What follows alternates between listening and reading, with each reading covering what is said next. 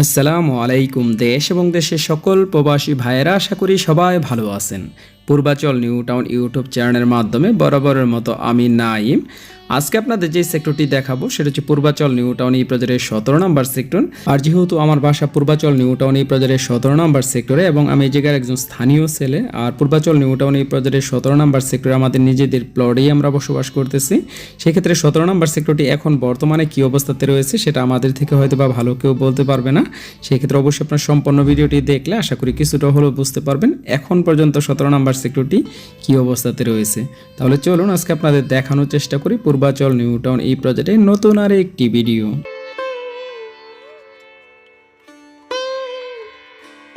এখন আপনারা দেখতেছেন পূর্বাচল নিউ টাউন এই প্রজেক্টের ফুল ম্যাপ। যেহেতু পূর্বাচল নিউ টাউন এই প্রজেক্টটিতে 30টি সেক্টর রাখা হয়েছে, আর আমরা এখন বর্তমানে আপনাদের দেখানোর চেষ্টা করতেছি 17 নম্বর সেক্টর। আপনারা দেখতেছেন 17 নম্বর সেক্টর কিন্তু প্রতিটি রোডের কাজই ইতিমধ্যে কমপ্লিট করা হয়েছে, বিদ্যুতিক লাইনের কাজগুলো ব্যবস্থা করে দেওয়া হয়েছে।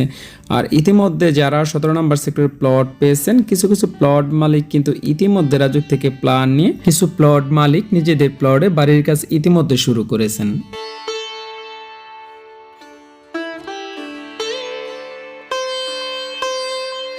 পূর্বাচলে এখন বর্তমানে কিন্তু জরিপের কাজ শুরু করা হয়েছে। সেই ক্ষেত্রে পূর্বাচল নিউ টাউন এই প্রজেক্টটিতে যাদের প্লট আছে, আপনাদের প্লটগুলো কিন্তু এখন বর্তমানে আপনারা জরিপের কাজগুলো করে রাখতে হবে।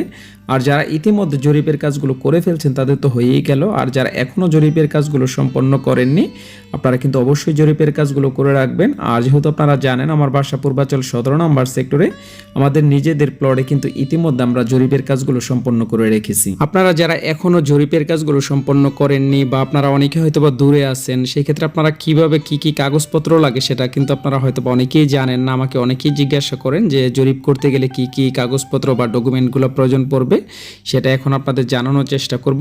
পূর্বাচল নিউ টাউন এই প্রজেক্টটিতে যারা প্লট পেয়েছেন আর সেই সমস্ত প্লটে যদি আপনারা জরিপ করাতে চান, সেজন্য যেই সমস্ত কাগজপত্রগুলো লাগবে তার মধ্যে থেকে 1 নাম্বার হচ্ছে ভোটার আইডি কার্ড, 2 নাম্বার হচ্ছে সাময়িক বরাদ্দপত্র, 3 নাম্বার হচ্ছে চূড়ান্ত বরাদ্দপত্র, 4 নাম্বার হচ্ছে চূড়ান্ত জরিপপত্র, 5 নাম্বার হচ্ছে লিজ দলিলের ফটোকপি, 6 নাম্বার হচ্ছে খারিজ ডিসিআর হাল সনের খাজনা দাখিলা, 7 নাম্বার হচ্ছে মূল বা সর্বপ্রথম যিনি লিজ বা বরাদ্দ পেয়েছেন তিনি যদি হস্তান্তর করে থাকেন তাহলে রাজুক হতে সেল পারমিশন, হস্তান্তর দলিল এবং খারিজ ডিসিআর ও হাল সনের দাখিলা।